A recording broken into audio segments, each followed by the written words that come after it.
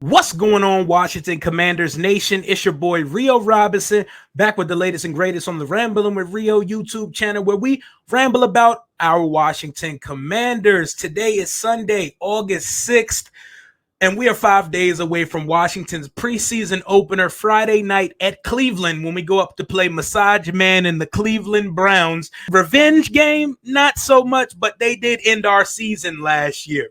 Literally, they ended it. I don't even want to have a nightmare about that game again and what that number 11 guy was up to that evening. Speaking of that number 11 guy, nastiest picture you're going to see on the internet today.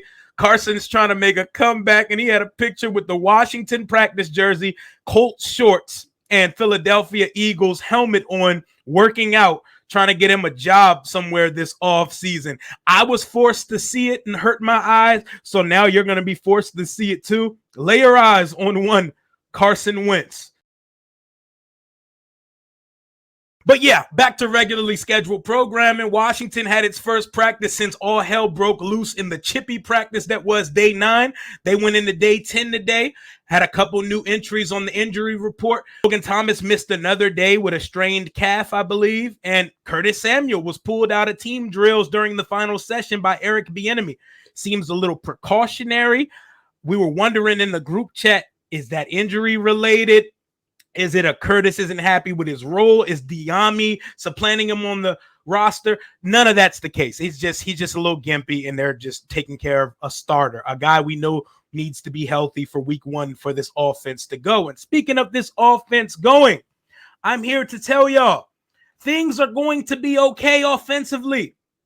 They're going to be okay. They're learning to speak a new language, y'all. I like to compare what we're doing in this offense with EB and Sam Howell to students, let's say in high school, not even college, students learning a new language. Let's look at advanced Spanish, year 4 students versus freshmen in beginner Spanish, and you put them all in one big lecture. Wouldn't you expect the students who've been with a teacher for 4 years to speak the language more fluently than the guys that are just now getting it with transfers coming from a bunch of different schools in one? That's what our offense is doing right now. EB, he's taught it before, but this is his first time teaching the lecture to the entire auditorium.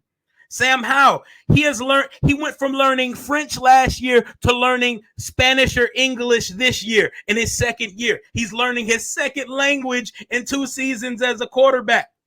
Is it supposed to look brand spanking and like world beaters 2 weeks into camp, 10 days into camp? No. Why would you expect the novice unit that's working in new parts to dominate a unit that's been together for 4 years? Jack Del Rio has now had these guys for 4 seasons. The brotherhood, the fellowship, the camaraderie they've able to been forged on and off the field. We've had guys fight each other. We've had guys go on trips together. We've had guys travel and actually go into war in the trenches together. You cannot discount that for an offense that is working in a quarterback who's 23 in his second system. The offensive line, 3/5 of the guys on the O-line are new. The center, new. The left guard, new. The right tackle, new.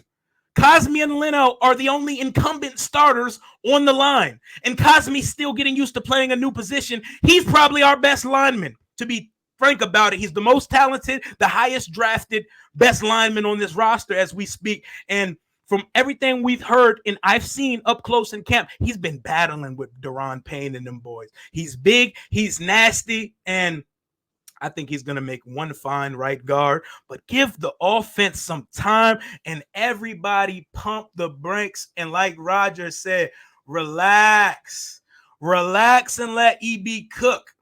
Let him stir that ladle, man. Let him cook and let him be hard on them boy. I just seen a fucking poll on Twitter asking, is EB's demeanor and the fact that he uses so much loud profanity, is that a negative thing? Do grown men want to hear that? Man, we've been getting cussed out since we was playing peewee football. Football culture is what it is. It's not always the most positive, but football culture is different. I played from the time I was 6 till I was 18, And from about 8 up to 18, we was getting our ass chewed and cussed the fuck out. So if grown men making millions of dollars don't want to get cussed out by a guy who knows they need to be better and who's coaching for his coaching life in this league, they don't need to be out there, because I need tough players. I don't need soft, fickle motherfuckers on my team. It's a new day in DC, and that offense is going to get going. Sam Howell, like Selby said, had his possibly most impressive practice of training camp in day 10. What do you know? The offense bounces back and has a day, and Sam Howell looks sharp. You know why this matters, and this is important to me? It's because it's a game week. This is a business as usual game week, and even though it's preseason, it's exhibition, and the games don't mean anything, it's still nice to hear your quarterback's treating a game week like a game week. We're on business time now. We're on game plan mode, even though there's not much game planning needed. But I imagine, since we're working in so many new parts and the orchestrator, the conductor of the offense is new, we're going to see a little bit more of the starting offense than we would in a normal preseason. And since they took one game away and added one to the regular season, you really don't see starters at all in preseason. We're going to see Sam Howell and company on Friday versus Cleveland, y'all. I would love to see him for a quarter. Shit, if they played him a half, I wouldn't be mad, because it's important for them to get live game reps. He needs to see the speed of an actual game. Sam Howell needs that more than seeing a top 5 defense in a controlled setting every day in Ashburn. But Jack Del Rio, Chase Young, y'all boys keep beating up on the offense, because y'all are going to build a monster. Y'all are going to build an animal in that quarterback and in that whole unit, because they're going to get tired of getting beat up. And when they start speaking the language fluently, it's going to look like someone who just mastered Duolingo, who just mastered it. Rosetta Stone. The language is going to be spoken like it's second nature. And offense and defense can work as one collective unit to get a successful 2023 when the regular season comes around. But hey, I'm drinking the Kool-Aid right now. I'm trying to keep the positivity at an all-time high. You see it. There's normalcy. The team is being ran correctly now. And you can see it with some of the media pundits that they aren't used to normalcy, and they know that bullshit and that circus atmosphere that took place before, it made their jobs easier to write things. So you can see the guys who got their finger on the button right now, ready to call quarterback controversy and ready to say that this offense looks like a turd right now. When the real ones, we're sitting back like, hey, it's camp. Let's see what it looks like in Baltimore when the joint practices start and in the preseason game when the starters get out there. If they cannot concoct a drive or two in the preseason, then I'll worry. Then I'll be concerned. But until then, we're chilling right now. It's training camp. While we get excited and we want to talk about every single snap of it and the ebbs and flows of the entire outfit, a lot of this shit doesn't matter. Practice is a controlled setting and no game planning has been done yet. So moving on. Players that have stood out unexpectedly. Wide receiver, you've heard his name a lot recently. Penn State undrafted free agent Mitchell Tinsley. The Jahan Dotson clone, if you will. The undrafted version. He wore the same number. I believe he wore the 5 at Penn State as well. But he's been out there with the 1s and 2s a lot. For a guy that a lot of us would probably say maybe practice squad or nothing, he's been getting a lot of tick with the guys who matter. And with Curtis missing snaps, you've been seeing him and Bryson Tremaine and Byron Pringle get run with the 1s and 2s. And Mitchell Tinsley has great hands. He's not going to be I don't expect him to be a returner because he's not a burner, but the guy looks kind of surgical running routes, and he has for sure hands. And Howell and him, they can use some more reps together. Howell overthrew him to an interception to Derek Forrest in practice today, because Howell has no relationship with this guy. He's not thrown to Mitchell Tinsley in practice, but it's definitely a thing to watch, seeing Mitchell Tinsley out there running with the 1s. And with Logan Thomas on the sideline today, Cole Turner got the reps, and Howell was looking for him early and often. Zach Selby said Howell was very surgical, got the ball out of his hands quickly, and he was great on the quick game stuff. And if you know what a West Coast offense is, the quick game, boom, boom, boom, boom, matriculate the ball down the field so we can pull the defense up to then hit them vertical over the top. That is how it works. And Sam Howell having a quick release, a whip of an arm, that's going to be important for the West Coast offense to work here. To hear Derek Forrest making plays again, I'm hearing Percy Butler's name a lot. That's a guy who needs the preseason. Him and Khaleke Hudson, camp standout so far and spring standout so far. They can make a bone. They can carve a niche on this roster and in the lineup to be on the field this year if they go out and have a great preseason and have it match their spring and their summer session so far.